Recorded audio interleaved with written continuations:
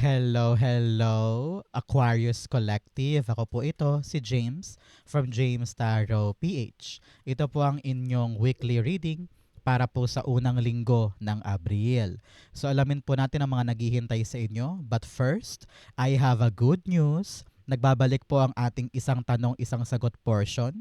So kung meron ka pong pangmalakasang isang tanong, later itanong mo yan sa dulo ng ating reading. Kapit ka lang and hintayin mo yon, ask that later. Okay? So stay tuned po. Let's begin. Holy Spirit, Spirit Guides, ibigay po natin kay Aquarius ang mga mensaheng dapat nilang malaman for the week. Inhale and exhale. Your cards are... Siya nga pala mga Aquarius, thank you ha sa lahat po ng mga hindi nag-i-skip ng ads, sa mga likes, comments, sa lahat po ng mga nagsusubscribe at patuloy na tumatangkilik sa bawat readings po natin every time na may upload po ko sa inyo and may free reading for you. So thank you, thank you, thank you. Keep on liking, keep on commenting, and thank you po for not skipping the ads. So, in your cards for the week, in the background energy, the Six of Cups. Sinasabi dito ng yung Spirit Guides Aquarius na may kapangyarihan ka para makalagpas sa isang mahirap na aspeto ng buhay mo ngayon. Siguro kumakaharap ka ngayon sa hirap ng pera, hirap sa trabaho, sa career path, siguro maraming sumusubok sa'yo, at maraming mga obstacles na kailangang pagdaanan. Nakita ko dito, kayang-kaya mo yang matapos, kayang-kaya mo yang malagpasan.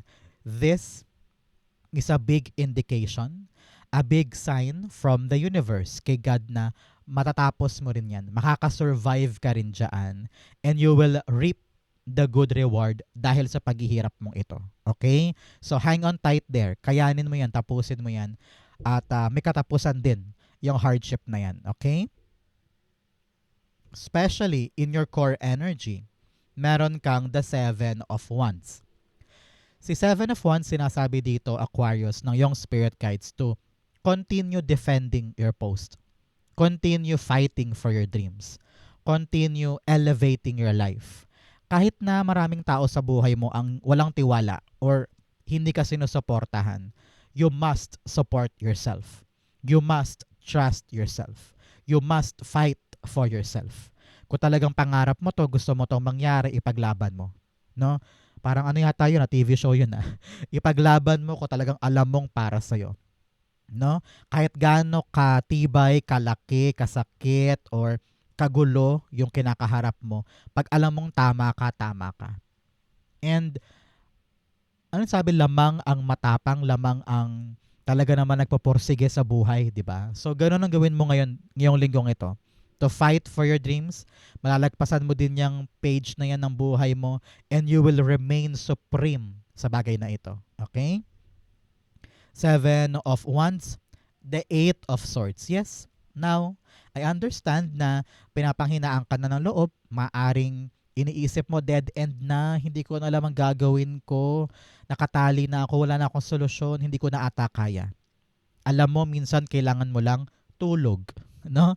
Tulog lang minsan kailangan mo o kaya pahinga, kain sa labas or mamasyal ka naman para kahit paunti-unti gumaan ang pakiramdam mo. Para pagbalik mo makalaban ka ulit at makawala ka na dito sa mindset of isolation. Or parang feeling mo wala ka nang magawa, feeling mo ending na, gusto mo nang sumuko. No, no, no. Don't do that. Nasa isip mo lang yan. So keep on fighting, believe in yourself. Palakasin mo ang loob mo, kayang-kaya mo ito. Okay? Good luck po para sa inyo and I'm rooting for you. So, Aquarius, ano tong mga hinihiling mo na gusto mo nang makuha this week? Comment down below. Idasal na natin yan. Healingin na natin yan. It will arrive for you. Okay? Sulat na po sa baba. In the area of what you need to focus on, meron po kayong the Knight of Cups. Sabi dito, mag-focus ka sa mga bagay na kaya mong i-offer. No? People will not know kung ano yung mga kaya mong gawin kung ikaw mismo wala kang kahandaan na ipakita or i-suggest or iyabang man lang yung kaya mong gawin. No? Example, kaya mo palang kumanta, may nag-o-offer ng singing contest, ayaw mo mag-audition. Kung hindi ka papipilitin ng magulang mo, hindi ka pupunta doon, di ba? So, show off. Ipakita mo yung galing mo. Ipakita mo yung kaya mong ilaan. So that you will get the same offer pabalik. No? Example, sa work. Balak mo ma-promote. Pero hindi ka naman nagpapasa ng pagnanais na ma-promote, di ba? So, attract what you want. And in order for you to attract that, kailangan ikaw mismo ipamalas mo na gusto mo siyang makuha. Ganyan, okay? So, be truthful with your emotion. Be truthful with what you want. Listen to your heart. Listen to your emotions. Alam mo kung anong gusto mo. Habulin mo yun. Okay? Knight of Cups, the Six of Cups. Meron po kayong 6 here telling you na mag-reflect ka daw. Okay? Reflect from the past. Bakit? Para makita mo kung ano yung mga dapat mong ma-improve, mga dapat mong baguhin, mga dapat mo nang bitawan, layuan, tigilan, no? Para maging much better Aquarius ka. And also, para ma-appreciate mo din kung ano yung meron ka ngayon na wala ka noon. At kung gaano nakalayo ang iyong narating. Okay? So, be appreciative of the past para ma-appreciate mo din kung ano yung meron ka now. Six of Cups to the Knight of Cups, talaga namang sinasabi dito na let us forget what happened, especially kung painful ito. Okay? Yung balik tanaw para ma-inspire, para ma-correct ang buhay. Pero kung babalik ka sa past para maging bitter, ay wag na lang. 'Di ba? Panahon to para palayain mo ang puso mo sa mga nangyari sa past, gawin siyang lesson, gawin siyang inspirasyon para maging mabuti ka this time. At ma-reach mo yung full potential mo this time. Okay? Importante yan for you. So Aquarius, saan po kayo nanonood ng ating reading? Comment down below. And itong summer, ano po mga balak mong gawin itong summer vacation? Comment down below. Pupunta ka ba sa Pilipinas, abroad, bakasyon, probinsya? Naku, anong probinsya ang balak mong dalawin this summer? Comment down below po. In the area of what you need, meron kang the Knight of Wands. Alam mo, kailangan mo ngayon, fighting spirit. Lakas ng loob, determinasyon para lumaban, para sumuong. No? Marami kang pwedeng gawin, marami kang pwedeng abutin. Kaya ngayon, huwag kang mawala ng gana pagdating sa pangarap na yan. Huwag mong sukuan, huwag kang mag-quit. Ipakita mo kung gaano mo yan kamahal, kung gaano ka kauhaw na makuha yan. Because your determination will determine, no, kung anong antas ng level ng tagumpay ang pwede mo makuha. Okay? Kung tamad-tamad ka ngayon at paandap-andap ka lang, huwag kang aasa na makukuha mo yung success. Pero kung ikaw ay masipag, every single day talagang pupunta ka doon kahit puyat ka, kahit pagod ka, kahit wala kang pera, susugod ka, that is a great ingredient for your success. So laban, bira. Patunayan mo na kaya mong kunin, sungkitin, angkinin yung pangarap na yan. The Knight of Wands, the Death card. It's all about you transforming yourself. No? Panahon to para i-evaluate saan ba ako dapat maglaan ng maraming effort na alam kong kaya kong ipanalo. And then yung ibang bagay, panahon na para ipahinga. No? Meron kang dapat putulin and then meron kang dapat maging masigasig for. No? Itong isa, tigilan na daw, tapusin na daw kasi hindi nakakatulong sa'yo. And then itong isa naman, dapat mong iratsyada dahil ito yung talagang makakatulong sa'yo moving forward. So, what's ending is really the start of something new. Kaya wag kang mapikon or wag kang magalit, wag kang ma-frustrate kapag mayroong mga bagay na natatapos sa buhay mo. Because kapag may natapos, indikasyon yan na may bagong darating. May bagong exciting event for you. Okay? So, good luck and congrats po. In the area of what's affecting your current energy, meron kang the Star card. Si Star card, yes, talagang meron kang dream na gusto mong maabot kaya nagpapakasumikap ka ngayon. Pero sobra kang pressured to do this thing. Ayaw mo magkamali, ayaw mong malihis ng landas, ayaw mong sayangin yung chance. Kaya lalo kang naiipit. Lalo kang nakukulong dyan sa pressure na yan. Imbes na ma-enjoy mo lang yung mangyayari, natatakot ka na what if matalo ako? What if mawala sa akin to? What if hindi ko magawa? What if lumihis sa kamay ko? Puro ka fear, kaya feeling mo ay wala kang magawa. No? So now your spirit guides are telling you, just enjoy the process. At ginagawa mo naman yung best mo eh. Ginagawa mo naman yung kaya mo eh. Ang importante dito, nakadikit ka sa pangarap mo at hindi mo siya sinusukuan. That alone is essential para magtagumpay ka this time. Star card, the tower card. So, talagang nanggaling ka sa hirap nitong nakaraang linggo, nakaraang buwan. Ano? Hirap sa pera, hirap sa trabaho, sa love life, sa pamilya. And unti-unti na daw itong nagbabago. No, makakaasa ka. So, palakpakan muna.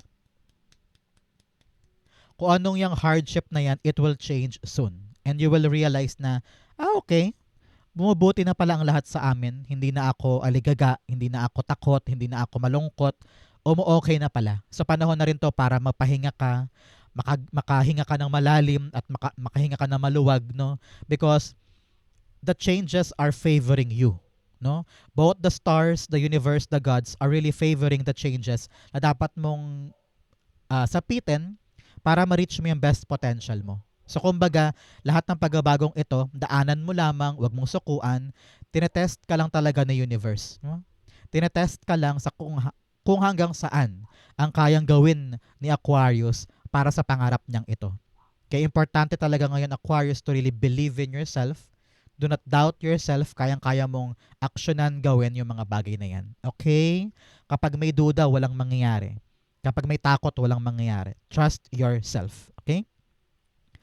In your near future, meron kang the Two of Pentacles. Si Two of Pentacles, pinapayuhan ka dito, Aquarius, to balance your life. Work hard, play hard. Hindi naman pwedeng nakatuon ka lang sa isang bagay. Tapos yung ibang bagay sa buhay mo, napabayaan mo na. Di ba, syempre, hindi naman pwede. So, tulad ko, I work by the day, I do this by night, I sleep, I upload this every single day. No? So, importante na meron ka pa ring work-life balance. Okay? Importante yan for you. Para maramdaman mo rin naman na nabubuhay ka at hindi ka alipin ng trabaho or alipin ng salapi. Di ba? Well, lahat naman tayo gusto ng salapi. No? Sino bang may ayaw? Pero para hindi ka ma-burn out at hindi ka bumitaw ng dire-diretso dyan, balansehin mo lamang. Okay? Labas-labas. Kain sa labas or pasyal-pasyal, manood ka ng sine, manood ka ng TV, kung ayaw mo gumastos kahit sa bahay, videoke. Diba? So, balance ang kailangan mo so that you will still feel alive while achieving your goal. Two of Pentacles, Knight of Cups. Yes, kapag balanse ang iyong emosyon, balanse ka sa pananaw mo sa buhay mo, kayang-kaya mong i-present ang sarili mo sa iba, and then the people will notice you. The people will see na parang, ay, ang galing ni Aquarius. Paano niya nagagawa yun? Punong-puno schedule niya, pero tignan mo naman. Looking good. 'Di ba? Parang ganon. So, if you could just balance everything out, okay ang labas mo sa ibang tao. Hindi ka mukhang haggard. Alam mo yung sa commercial ng sa commercial ng Enervon, yung parang, maitim na yung eye bags, gulo-gulo na ang buhok, papikit na sa work, mga ganyan. So, para hindi mo sapitin yun, balansehin. Okay? Balance, and present yourself better than before. Kung balak mo mag-exercise ngayon, go push, jogging, o kaya tuwing weekend, balak mo mamasyal, gawin mo yan para magkaroon ka naman ng paghinga sa bawat linggo ng trabaho mo. Okay? In your challenge, meron kang the Four of Pentacles. Sabi dito, kung talagang balak mong ma-achieve or mapanalunan itong mga gandang bagay, you need to make a move. Some of you are afraid to take a chance. No? Para kang nakaganyan sa sarili mong buhay. You are so tight or so nakayakap ng mabuti. Sabi mo, okay na sa akin to, ayoko nang gumalaw. To the point na naramdaman mo na parang may kulang. Parang may mali. Parang empty yung feeling. It's because masyado ka na nakontento sa meron ka. Kaya pag naghahangad ka ng bago, iniisip mo, ay sayang yun, gusto ko yun, pero wag na lang. Ayoko nang gumalaw, ayoko nang maghangad ng bago, baka masira lang tong meron ako. Pero deep inside, you will feel na parang, teka, gusto ko yun eh. Malungkot ka tuloy. So, if you want to achieve more, learn to move and open yourself. Kapag hindi mo binuksan ang sarili mo at gumalaw ng bago, walang mangyayari. Okay? Four of Pentacles, the Two of Pentacles. Kailangan mong timbangin. Timbangin mo yung mga hawak-hawak mo. Alin ba dyan ang kabitaw-bitaw para makapasok yung bagong bagay? No? Hindi mo pwedeng yakapin lahat-lahat yan. Mahihirapan ka. Exhausted ka niyan. Pagod na pagod ka niyan. Talaga naman. So, may mga bagay kang dapat bitawan na alam mong hindi na kayakap-yakap ngayon para makapasok yung bago. Kaya importante dito, Aquarius, timbangin mo.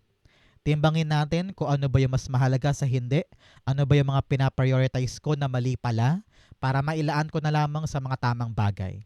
Doon ka makakapagsimulang makalasap ng stability talaga sa buhay mo. Okay? Sa fortune, opening your spiritual source, finding sanctuary. Sabi dito, palakasin mo ang spiritual power mo, magsimba, no? Kung ano ang pong religious practices nyo, mas gawin mo yan frequently. Be closer to God, to your spiritual guide, para mas tumibay ang spiritual mo, mas kayanin mo yung buhay mo moving forward, at makasurvive ka na doon sa pinanggagalingan mong test or challenge ngayon. Okay? In your fortune, meron kang the strength card. Alam mo, sabi dito, may reward ang mga nagpapakatibay. May mapapala ang mga nagtitiis. At merong magandang bunga para sa mga matapang na sumusuong kahit nahihirapan. And here you are, no? Talaga namang napatunayan mo na kaya mo, magagawa mo, ma-achieve mo, and you are being recognized this time. I'm seeing you being given a gift. Maaring employee of the month, or na-reach mo yung quota, or biglang tataas ang sweldo mo, or meron kang promotion, ganyan, no? Your hard work is being seen by these people, at talagang merong magandang dulot ito para sa'yo. So, mapasabi ka na lang this week na sulit lahat ng pagod ko, sulit lahat ng iniyak ko, sulit lahat ng puyat ko, sulit lahat ng sakit sa katawan ko dahil nakuha ko yung magandang outcome dito. Okay? Strength card, the Queen of Cups. Yes, gaining that reward, gaining that good outcome na labis na magpapaiyak sa'yo sa sobrang tuwa. No? Walang pagsidlan yung saya sa'yo kasi nakuha mo, parang, God, yes, ang tagal ko tong tiniis, ang tagal ko tong hinintay, akala ko wala na, iniyakan mo na, depress ka na halos, pero hear it now, no? Hear it now. Talaga namang pakinggan mo to, darating na yung magpapasaya sa puso mo dahil pinagtiyagaan mo ito. Nauwi sa magandang outcome ang lahat ng pagsusumikap mo. Congrats po, i-claim mo to, para sa'yo to. In your divine messages, meditate and contemplate. Panahon daw to para kunin yung mga oras na mag-isa ka para makapag-relax, makapag-yoga. Kung marunong ka mag-yoga, gawin mo yan. O kaya breathing exercises. Kasi pag ginagawa mo yan, mas lumilinaw ang isip, payapa ang puso, papasok sa iyo yung kaliwanagan sa mga dapat mong gawin. So mag-meditate ka every single day. Siguro pagkagising, bago lumabas ng kwarto, pumikit ka lang sa higaan mo, and breathe in, breathe out to relax yourself and calm your energy para magawa mo yung mga dapat mong magawa sa araw na ito. Parang ganyan. Okay? In your divine messages, you have the 10 of Cups. 10 of Cups, sabi dito, teamwork. Teamwork with the family. Tulungan kayo para pare-pareho nyong ma-achieve yung pangarap nyo sa pamilya. Example, ikaw yung breadwinner. Ikaw yung nagpo-provide ng needs ng family para matupad ang pampamilyang pangarap. Pero kung kita mo naman yung mga kapatid mo, pamangkin mo ay marunong naman ng magtrabaho, kayang-kaya ng kumita, magtulungan kayo, mag-usap-usap kayo para yung goal nyo for the family matupad ng mas mabilis at hindi ka rin mapagod ng sobra-sobra. Okay?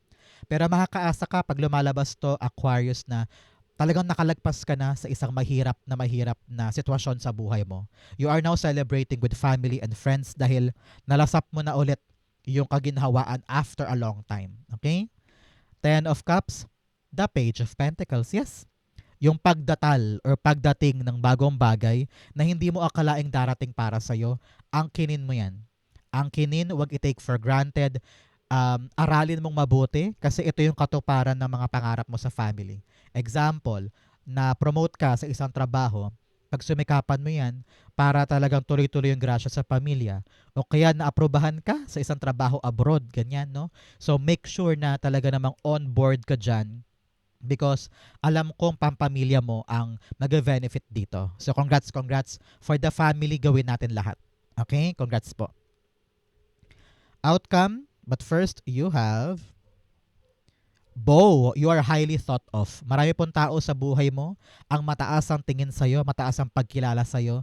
Kaya, Huwag ka nang matakot dito, wag mo nang maliitin ang sarili mo kasi kayang-kaya mong ipanalo 'to dahil marami ang nakatingala sa You have kangaroo, unsettled times, need to plan ahead. Yes, panahon to para maging sigurado para sa future.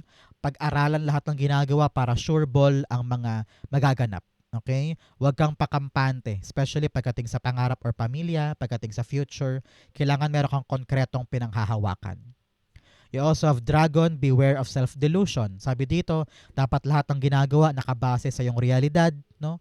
Practical, doable, workable, para hindi ka naman mabigla o ma-overwhelm. Okay? You have pig, beware of greed. Yes, mag-ingat ka sa mga taong gahaman, sa mga taong akin, akin, akin, akin. Tapos, wala silang kayang ibigay sa'yo in return, di ba? So, beware of people na puro kuha lang ng kuha sa'yo. Panahon na para i-remove sa buhay mo yung mga energy vampires, yung mga opportunista, at patuloy mong yakapin at ma-appreciate yung mga taong hindi gahaman sa buhay mo. Okay?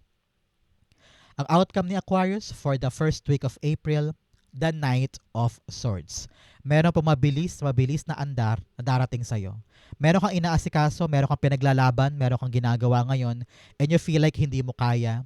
Pero dahil you kept your faith with the changes of times, talagang makakalagpas ka sa problemang yan at bibilis na po yung andar ng inaasikaso mo. Kung meron ka man nakabinbin, pinoproseso, ginagawa, nilalakad, huwag ka mag-alala, bibilis na ito. At darating sa'yo yung quick outcome or quick development. Kaya maghanda ka na ngayon. Okay? Knight of Swords, the Five of Cups. Okay? Five of Cups all about you not wasting any time. Pag dumating opportunity, grab agad. No? Marami ka nang naubos na oras, naubos na panahon sa mga bagay na talagang wala na. Pero pilit mo pa rin kinakapitan hanggang ngayon. Pinapayuhan ka to let go. Let go of something na alam mong wala ka nang dapat asahan pa. At maging masikasig ka sa mga bagong bagay. Dahil yung mga bagong bagay, maaring baguhin ang future mo. Yung past, wala na mangyayari doon. Ending na yun. No? So, yakapin ang mga bagong bagay. Huwag nang madismaya pa dyan. Huwag ka na magdamdam pa dyan. Because there's something new that is waiting for you. So, antabayanan mo tong good news na ito. Ito yung mag-kickstart. No? Ito yung mag-kickstart ng magandang buhay mo forward. Okay? Good luck po sa inyo. So, Aquarius, diretso na tayo sa yung isang tanong, isang sagot. Close your eyes and think of this question. Inhale and exhale. The answer to your question is, you have, wow, beautiful, beautiful, beautiful, beautiful. At the background of your reading, meron kang the Three of Swords. Okay? Very painful tong question mo, no? Very mahirap siya. Kung hindi bang painful, medyo mabigat, mahirap, nakakatakot subukan, nakakatakot ilaban, nakakatakot pagdesisyonan. No? Pero sinasabihan ka ngayon, Aquarius, ng yung spirit guides na lagpasan mo lahat ng takot mo or heartbreak mo from the past para magawa mo tong question mo this time. No? You need to make a choice. A choice kung saan dapat malinaw sa'yo yung hakbang, yung consequences, yung mga sacrifices na kailangan mong gawin para matupad yung question mo. Sabi dito, may darating sa yung good news na labis mong ikakatuwa at hindi ka makapaniwala na darating siya this time. No? So kapag dumating tong magandang outcome or magandang hinihintay mo sa question mo, kailangan talaga buo na ang loob mo para yakapin siya at ituloy siya. Kasi baka masayang. Okay? Kung ang question mo yes or no, the answer is a resounding yes. Yes na yes na yes. Kaya importante dito, i-enjoy mo lang yung nangyayari. Huwag ka masyadong gigil na gigil or kinokontrol ang sitwasyon. Just enjoy the process with your whole heart, whole passion, at may kita mo na kayang-kaya mo siyang panghawakan. Maging adventurous ka, maging explorer ka, maging experimental ka, because in that way, bubukas yung mga posibilidad para sa'yo, mga pintuan, at magiging closer ka sa visualize mong future for yourself. So wag mong hayaan tong past na to ay makasira dito dahil napakaganda.